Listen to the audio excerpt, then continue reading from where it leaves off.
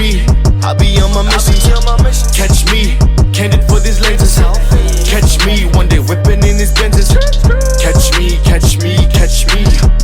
Catch me, like we playing on. Roll one, and you gon' sing along. Hey, sip some, and you gon' get your dance on. Catch me, catch me, catch me, yeah. Drowning in ambition now. Welcome back, ladies and gentlemen, to another episode of Couch Creatives. I'm your host, Caleb Chester Hendricks, and we're coming live. Well, not really live, but you know what I mean. To another episode. I'm not alone. I'm with the beautiful Shay Woods out next to me. And she is a wonderful candidate. Well, a wonderful guest. She's a couch potato. She's everything that you want to know more and about. I mean, I could go on with the introduction, but most importantly, she is a social media specialist and a content creator. Ladies and gentlemen, can we get a round of applause and just welcome the beautiful Shay on the show right here? Thank you. Come on, guys, give more energy. Yeah, thank you. So, Shay, for those who do not know more about you, can you just give us a brief introduction of who you are and what you do? I know I said a little bit about it, but I feel like there's more to add. Okay, so but what he said was perfectly. Your English is leaving me right now.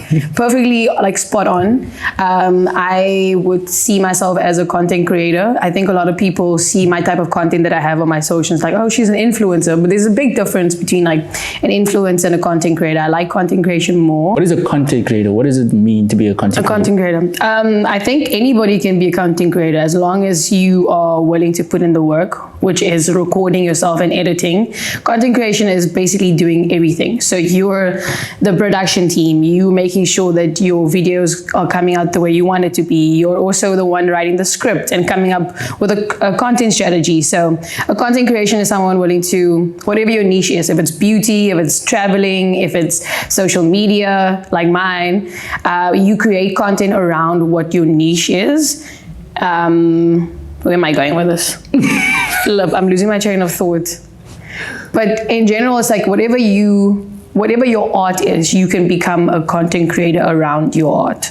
If that makes sense. That's a good answer.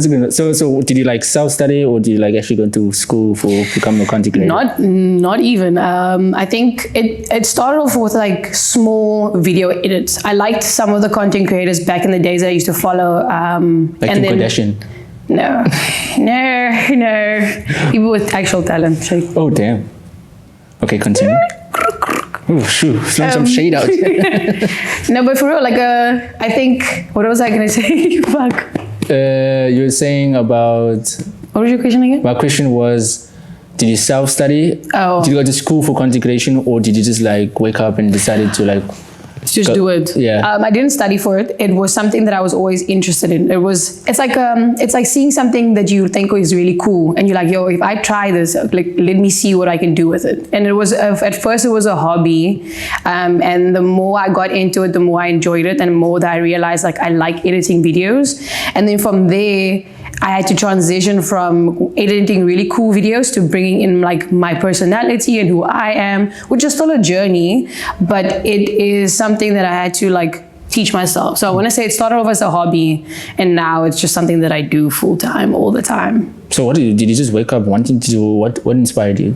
It was seeing really cool how people could create cool video edits out of like almost nothing. So it's like one thing that really inspired me, I love movies.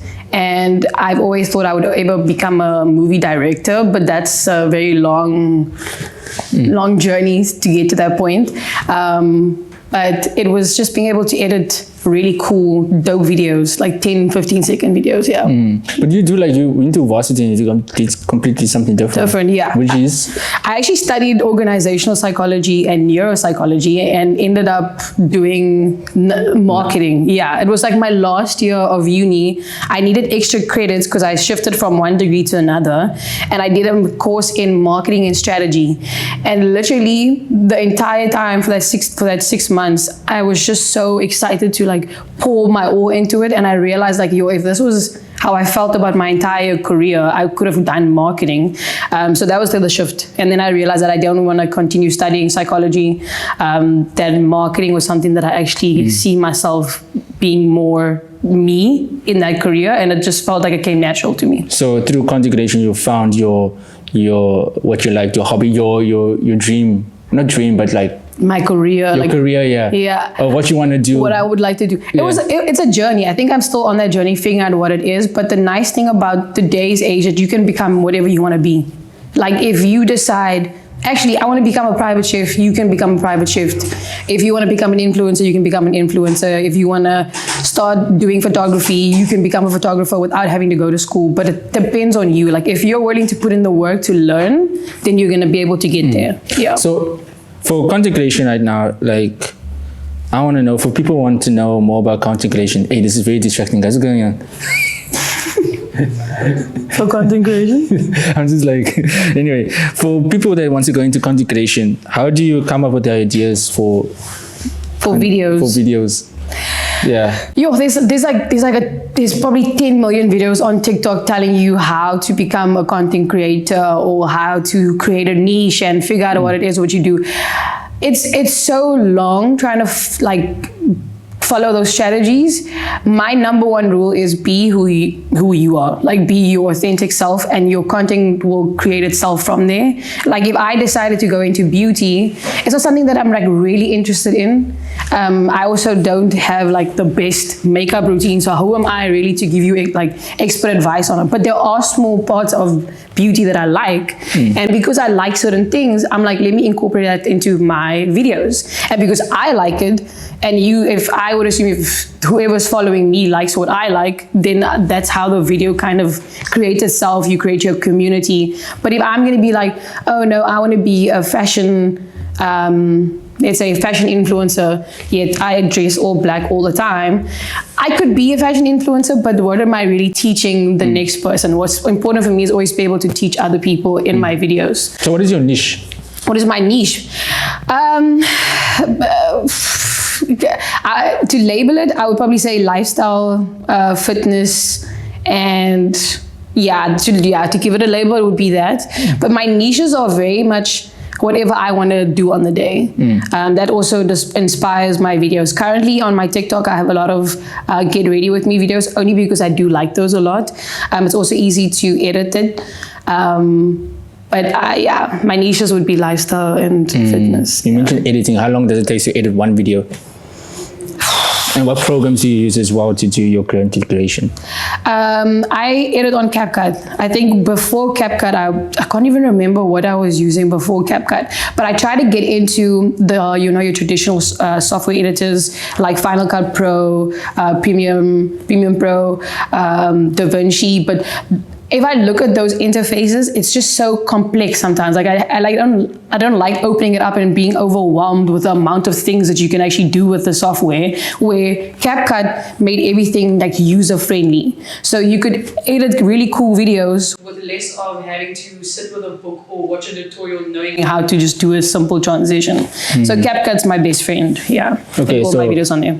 To add on top of that question, what are the top 5 tools and softwares that you use to create your content? I know you mentioned CapCut. What's the rest of the form? What is the rest of the form? So I'm teaching myself how to edit on Final Cut Pro, only because Final Cut Pro in the industry is seen as like a valid platform. Like Final Cut Pro is what I mentioned, DaVinci, Premium Pro. Those are the things that corporate needs to see that you're able to do for them to feel like, okay, you're like legit. But so Final Cut Pro is something that I want to get into just so that I have the credentials. So if I'm telling someone that I'm using Final Cut Pro, they're like, oh, then you must be a really good editor just because I use those software platforms. The other things that I use to create content, I don't really use a lot of apps, if I'm being honest. Maybe even apps like hardware as well. Like do you use a professional camera? Do you use your phone? Oh, I use my phone. I use my 13 Pro. Damn, flexing on us, yeah? No, Pro. no. Pro, damn. Shoot, I wish I could say the 15, but I wish I could also go back before I purchased the 13. Only because I could see the camera quality like at night is really shitty. So none of my content can be really taken at night because the lighting makes everything just look low budget quality. So you want to always make sure that when you're shooting content that the lighting is good. So you can really you don't have to have the most expensive camera, as long as the lighting's good and your camera quality is good. It doesn't have to be a 13 Pro, it can be the 10. I would even go down to saying that I would like the 11, because the 11's camera is also way better at night if you are planning on shooting content at night, or if the lighting is a bit Can I say shit? Continue. Really swore. You can I really swore. So we're into it. We're way into it. We're really into it now. Yeah, I don't have so my equipment is very simple. I have a tripod, which I also assembled together with duct tape, because finding tripods, that's what you need. DIY out here. Oh yeah, no, I'm literally, I'll even send you a picture that you can add just to show them how my tripod looks like. You're doing content on a budget out here. Yeah, I think the industry is quite expensive, so you have to make do with what you can, and there's no right way of doing it. Even on set, on your most professional sets, you see some of the crazier concept of having to do engineering on the spot, especially if equipment breaks and you're like, fuck, I have to figure something out. Duct tape is your best bet. Another thing that I used to use for tripods, I used to find objects around the house to kind of stack up so that I can find an angle that works really well. And I feel like if you have a background like that, it makes you more resourceful. So one day when you have the money for more expensive equipment, you're gonna just appreciate it a lot more because you know where you come from and you know what you had to struggle with.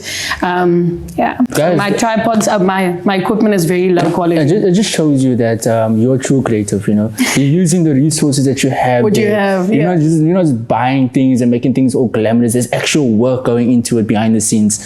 So it's not what pretty things that you see in the final product. There's work. There's effort into it, and that's where your creative aspect comes in. Yes. You see, that's a true content creator out here. Using your creative mind to use the limited resources that you have at your disposal to make the beautiful end result. Yeah. You see, so. But you didn't add the two though. What's the other product? So you just have 3 essentials. I just have the 3. Literally, my go-to platform is CapCut. And so you wanna learn Final Cut and DaVinci Resolve for professional. For professional purposes. So are you planning to edit other people's videos one day? I actually don't know what the purpose of me learning really is, but I always know that it's important to learn all the small things on set.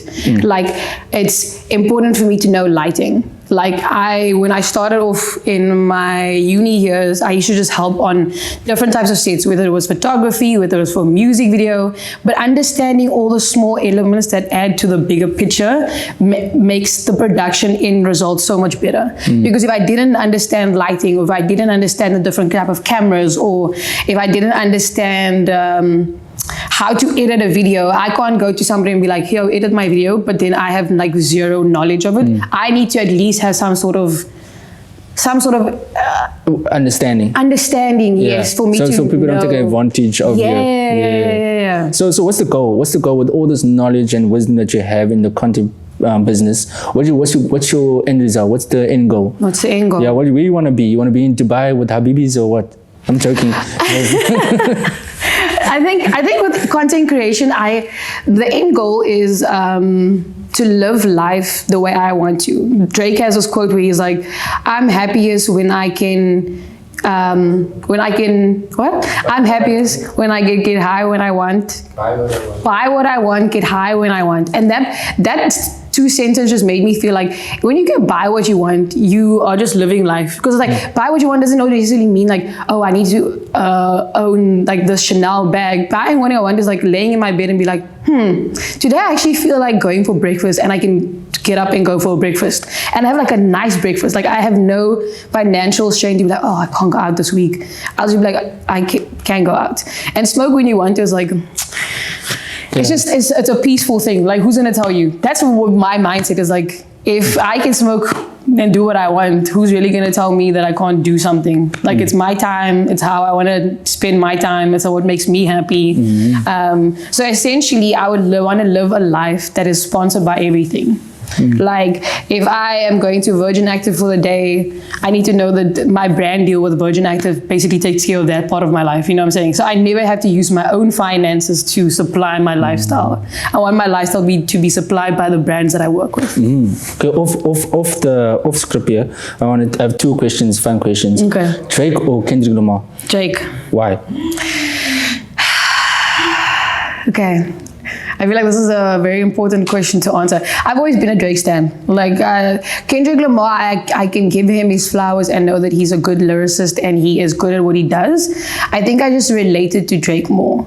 I think I think any person that you find is your favorite artist, there must have been a point where you're like, yo, this person is really like speaking to me, and or whatever that person is going through, I went through the same thing, or they just talk about things that, you know, that's relatable to you. Kendrick's music I didn't really connect with like that, but I didn't also give him a chance. I don't think I've given Kendrick a real chance. A lot of people say like, oh, go listen to Pump My Butterfly, you'll understand. And I was like, okay, cool, let me go make the time to go listen to it. That's what I'm thinking. Like, he is a great lyricist. I just prefer Drake. It's just my preference. Because I think with Kendrick, I have a set amount of mood that I'm listening to. With Drake, I have options. If I'm going to be a sad boy, if I want to hype myself up, like there's just a lot more options to choose from. But I feel like other people will be like, oh, but Kendrick has this and that.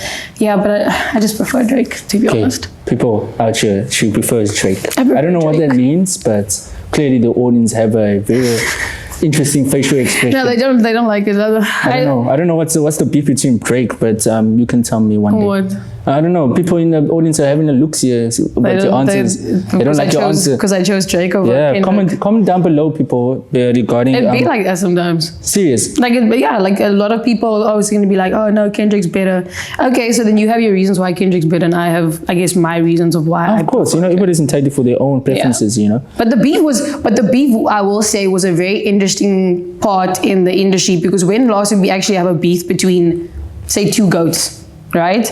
I think in the rap game, a lot of people have been slacking, especially with our big A-list rappers. Like, they don't rap like they're hungry anymore. And like with this beef, it really felt like you had to be stepped out of your comfort zone, and now on the spot you had to write something. Because when was the last time we actually seen live rap battles? Like, people don't rap like that. Like, especially if you're an A-list celebrity like Drake, it's easy to just make any type of music because you know it's gonna bang. But when was the last time you actually saw someone in the studio grafting, you know? So the beef was really nice because it brought out people, like, they are the athletes in their career, and then you could actually see the athletes doing what they do best, you know? It's almost like the whole rivalry between Ronaldo and Messi, yeah? Could be, yeah. Like the whole competition, it's just they drive each other. They drive each other because, I mean, if you don't and you think that you're the best all the time, then you just get complacent. Yeah. And true. I mean, when was the last time Kendrick's fan actually had music? You know, Kendrick's fans were blessed during this beef because he was like dropping back to back, and that's what we need. That's kind of what that was important for this industry. The way you're speaking so boastfully with Kendrick makes me think that you're probably a Kendrick fan. Nah, I like people that are good at their craft. And Kendrick isn't? He is. Yeah. He is. But you just want to be in your fields with Drake. Who's better looking, Drake or Kendrick Lamar? Who's better looking? Yeah. Kendrick Lamar. Yeah. Let me end that question. I feel like that's what the audience wanted me to say. Okay, another question off script is the content creation business. Is it a lucrative business? Are you financially rewarded enough? Or is it just there for vibes and you're just getting freebies? Starting out with content creation is not it's not easy. You're gonna do a bunch of like free work for a while. But I guess that's with anything, especially if, say for instance, you're a photographer, you're gonna have to do some like pro bono photo shoots to showcase people that you are capable of doing it, because otherwise how do they trust you if you have no credentials to actually showcase that you are a good photographer? Same way with being a content creator. I haven't had a paid brand deal yet, and I've been in this industry for a bit now, but I do know whatever I'm doing right now is going to lead up to that moment. So basically you're saying you're still getting free work? What I'm doing, yeah, I'm still doing free work. So it's like most of them are, it's called product exchange. So a brand sends you a product, you do some videos for them, and that's how you get that. You get to use their product to create videos. How does that feed you? How does that feed me? It makes me more relevant, or like stay popular. Relevant. It makes me able to produce content, which is what I need for my platform. And does that content pay you? With time, that's what the strategy is. So how long would you allow yourself to get, not played, or do pro bono work? Like when do you know when it's enough is enough? Like you've been in the industry for long now. Yeah, doing this no, thing. like it's getting to a point where enough is enough, because I realized that the amount of time I put into my videos, I started reevaluating how I spend my time. So if it takes me an hour to do a video, I'm not going to do pro bono work for an hour, because I'm not getting paid for it. But my strategy right now is to create content so that bigger brands and the brands that I do want to work with can look at my page and be like, oh, we actually see her gel really well with what our brand stands with. So then it's easier to be noticed. So kind of right now, it's more of like a brand awareness strategy. Yeah. So then how do you engage with these different brands? You know, how do you like reach out to them in a way that's professional so that they can work with you, especially with someone who's upcoming? How do you successfully navigate and talk to them? You're like, hey, can I work with you? Can I work with you? Yeah, like. I will say that I've been very much blessed where I never had to reach out to other brands, but most of the brands that I've either worked with were brands that reached out to me, and those are smaller brands. The last brand collab I did was with Himalaya, but Himalaya worked through another brand or an agency called Brand Advisor. So Brand Advisor, you sign up to their email chain. They will then send you, I don't know, depending on how many campaigns they're doing, they'll send you like, hey, our client, use this example, Puma is releasing this new brand and they are looking for content creators. You sign up and they kind of choose you based on who's signing up.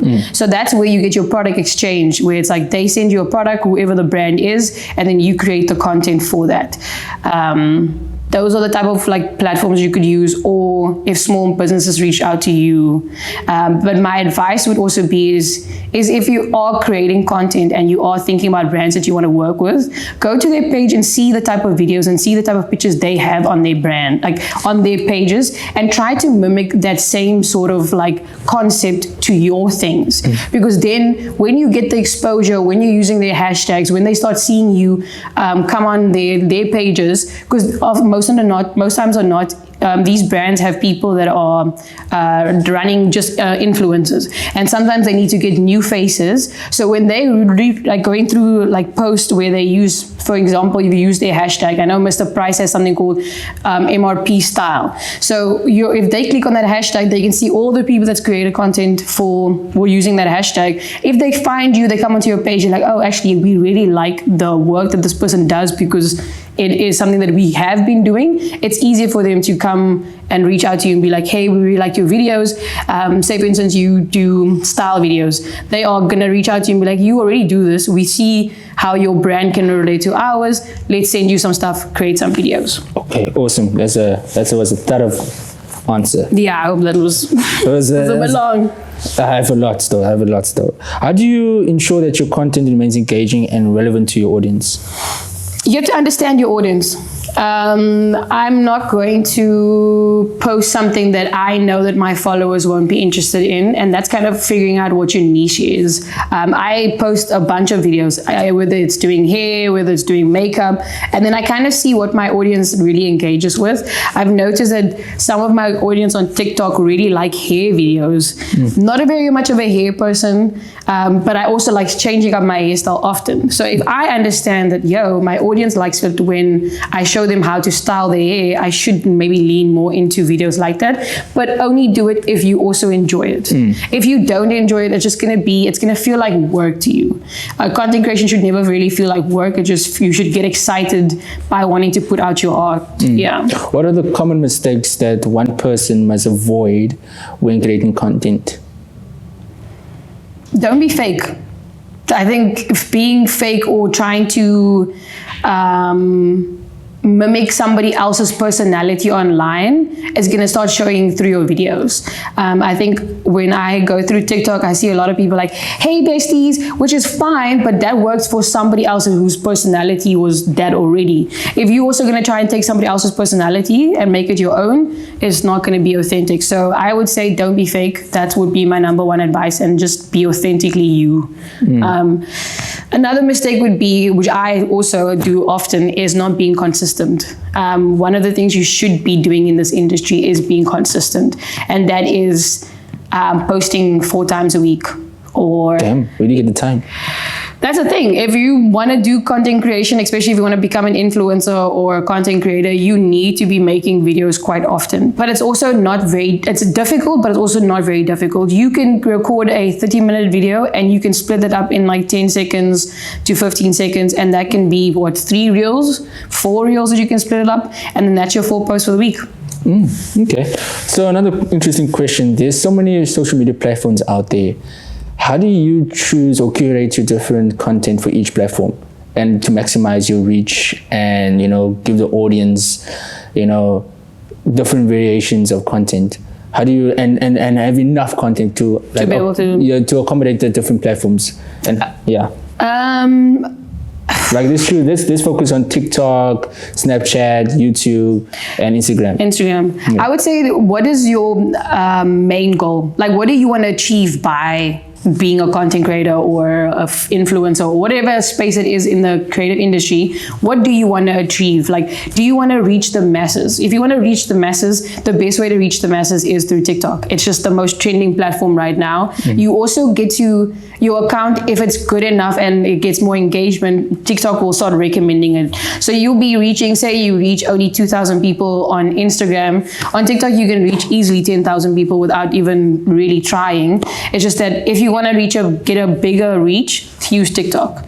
If you want to sell products, TikTok is not going to be the place that you're going to be selling. You're going to be selling from Instagram, because Instagram has the link in the bio, or you'll be able to add, there's like some posts you can add a link to the products that whatever you're selling. So Instagram is obviously user-friendly for an online store. TikTok is more of like hey, look at our really cool brand, look at the cool stuff that we do. If you like what we do, go to our Instagram page and buy this item. But TikTok I wouldn't say use TikTok it's kind of like, TikTok is the thing that lures people in to make it look fun and exciting and really nice. And then Instagram is like the actual store where you get to see the things that this product is selling. If you are a company or a brand. If you're an influencer, TikTok would obviously be the place that you'll be engaging most with your people.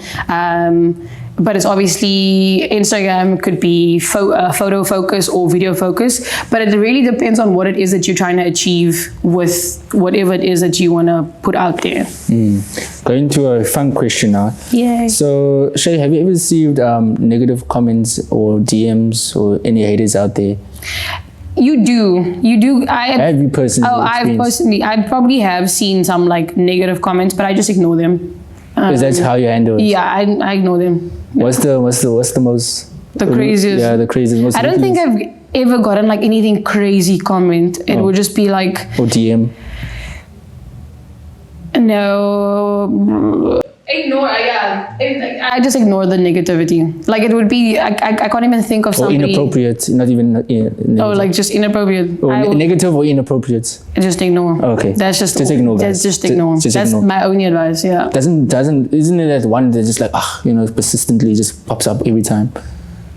It would be related to my relationship, my ex-relationship, but that's also nothing crazy, I guess. Oh, you're just used to it now? Yeah, I'm just used to it now. Okay. Ex-relationship, cool. What's going on? Let's not talk about that. Let's keep it professional. Okay, so let's go back into the professional question. So, what are the effective ways to grow and engage social media followings? Effective way to grow your Instagram and your social media and as well as YouTube as well, without even wanting to pay for that stuff. Like, how do you organically grow, I think I specialize very much in organic growing. Yeah. So all your followers are organic? Yes. Okay. Well, yes. No. I don't know why I said no. All my followers are organic, but I'm thinking of the ways I obtain those followers. I featured a lot on a very popular YouTube channel called Three Fine Guys back in the days, and they were building their own community with the content that they were creating. And because I featured, or I was showcasing in some of the videos, people started like, oh, who's that person? Like, we want to know more about who Shay is. And then from there, I started making my own content on my own pages. But to grow your Instagram, I would say collab with people in your industry. Collab with those that are already doing what it is that you want to do. I'm thinking now of another way to grow your your followers. Do some controversial things. No, let's keep it professional. What do you mean like do some controversial things? I don't want to be inappropriate, but if you know what I mean, you know what I mean.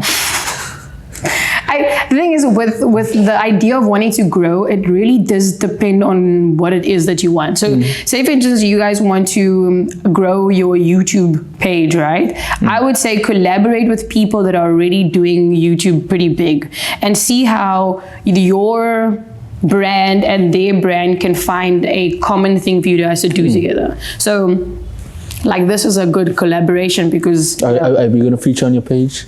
Do we feature on my page? I don't know about featuring on my page. Yeah. I don't know about no, not like that. It's just that it's not like that. Shut us down like that. I would definitely I'll definitely do like a story repost, but on my feed. Are we not good enough to be on your feed? No, my feed is crazy. My feed is I want to say there's a theme on my feed, but I can't just be posting anything. You know what I'm saying? Is that a nicer way of saying no? What I can do is, if you are doing like, if there's a snippet out of this video that I think would be really cool that makes sense for my personality and my page and the look of my page, then I don't mind. Okay. Yeah. Okay, cool. Okay. I will accept that no. Not really. Okay, last question. What are the biggest challenges you face in marketing today and how do you overcome them? Actually, not the last question. I have a fun. What is the biggest, what are the biggest challenges you face in marketing today? Like with you working with different brands, what challenges have you faced with? I have to really think about this one because do they take advantage of you? Are they not? Are you talking about like the type of clients that I work with? Yeah, the brand clients. What are the biggest challenges? Like, you know, when you talk with them, when you talk business with them, when you work with them, are they accommodating to you? Do they take advantage of you? Or I'm trying to think of how to answer this question. You don't want to expose him, no, not like that. I think the thing that is always uncomfortable to talk about is money, and I think in the industry, what gets under my skin all the time is if you work with somebody and you have to follow up with them all the time about like when payments happening, especially if you're working with bigger brands. They are supposed to, if I'm in a marketing team and I'm like, yo, I want to create this campaign, I already know what I'm going to have for that budget. So say the budget for that campaign is 15,000 Rand, right? By the time I need to be paying everybody, surely like payment should have been processed. But in this industry, getting payment for your craft is so long sometimes. That's why most of people do this thing where they say, I'm going to take 50% off front before I do anything. Because sometimes you get to a point where you do a lot of work and then somehow the client either cancels halfway through and then you spend all those hours and not going to get paid. So the biggest challenge is having to sit down with clients and be like, hey, this is how much I'm going to charge for my work. Sometimes clients think that things aren't expensive. If they want a photographer, if they want a videographer and you give them your rates, then they're always trying to take advantage of the fact that like, oh, but like maybe you're charging too much, bro. Like that's my price, that's my rate. If you can't afford it, then you can't afford it. But I know that the type of quality that comes with that amount of money. So having to chat about money upfront can be challenging. I also have to iterate like, hey, I need you to pay 50% up, like 50% of the amount that I charge up front, just so that I know that I'm not wasting my time when I do the work. What is the success rate when it comes to that?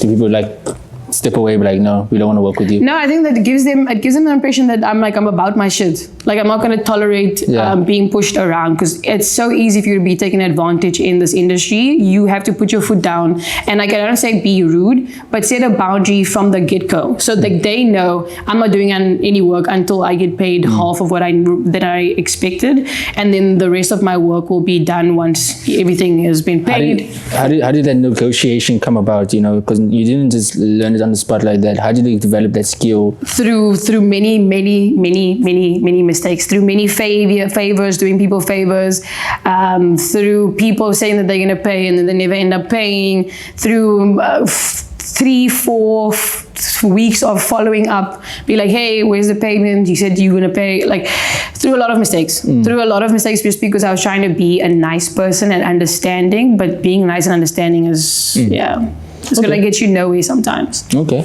So one more question before we end the show is that you've been in the industry for a long time now. So for those who are looking to like venture into content creation and being a specialist like yourself, what are the top 5 brands that they need to like reach out to work with and collaborate? It can be small or can be established to just like help them tap into that marketing. I don't know about brands. I would say make sure you know what brands you want to work with. So if I say, like, my goal is to have brands sponsor my entire life, right? My top brands that I would like to work with is Virgin Active, Shay Woods. Fancy, no? And I'll explain why. Cotton On.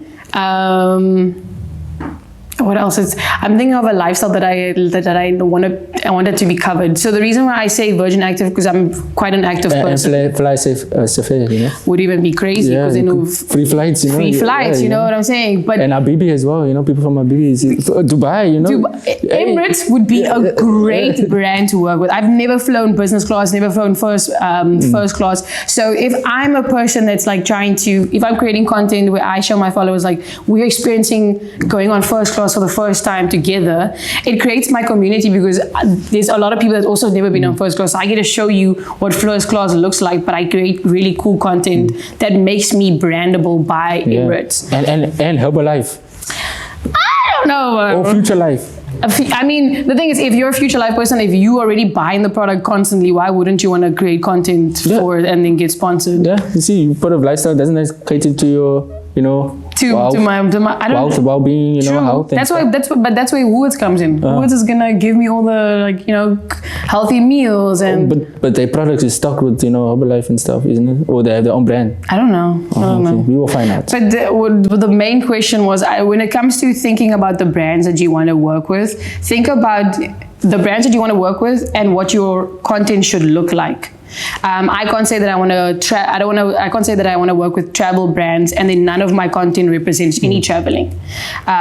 So think about the brands that you want to work with. Think about the content that they're already producing, how you can incorporate those things into your own content, but make it you. You know, because it's not going to be you if it's not, like, you know, coming from a good place. Like, I'm not going to start wearing Chanel bags just because I actually need to be using it. Like, for example, I like tote bags. So I'm going to collab with a brand that makes tote bags because I really like the concept of tote bags already. Why would I go out of my way to collab with somebody that I don't even use in my daily life? That makes sense. All right. Thank you so much, Shay, for that insightful, educative knowledge has been shared on Couch Creators. I think, like, for myself and people that's watching us was wow educated out here. I'm happy. Thank you for sharing that. I much appreciate it. For those who are wanting to know more and to, like, work with you even, or even just like ask you questions. Yeah, please DM me. Please DM me. For free? For like, the thing is, I'm very bad at messaging, but I like helping people. So if you message me and you're like, hey Shay, I have this video edit, I don't know what to do and how to do it, I would definitely go out of my way to be like, okay, I can actually help you with that. If I don't know the answer, I'm more likely going to send you a link to a video or a post that basically helps you with it. I love it when people ask me questions and things and how I can help them. What are your rates? It's free, but it doesn't necessarily mean that I'm going to answer all the time. You know what I'm saying? When I do get the chance to answer messages, then I would help. Okay. Yeah. So where can they find you on the socials? I mean, I know, but they don't know. Yeah. You can find me at Shay with a 2 Ys _Woods on Instagram, and the same on TikTok. Do you have LinkedIn? Because you want to be professional, you know? I don't know my LinkedIn, or like, LinkedIn is a bit crazy. I can't give you guys my LinkedIn. That's my 9-to-5 job profile. Okay. It's a different me. Okay. Thank you so much, Shay, for coming on the show. I'm much appreciative. Yeah, I wish you all the best going forward. Thank you so much for having me. I loved all the questions. We didn't go all through it, but we were pressed on time. So hopefully next time they can ask you directly whatever questions they might have. But yeah, thank you once again, and I hope you have a great, successful career going forward. Thank you. You're welcome. You're welcome. With that being said, I'm your host, Quaide signing out. Next time. Peace. Sip some, and you gon' get your dance on. Catch me, drowning in ambition now. Wet, turning all these tables now. Blip, burning all these bridges down. Lit, catch me, damn.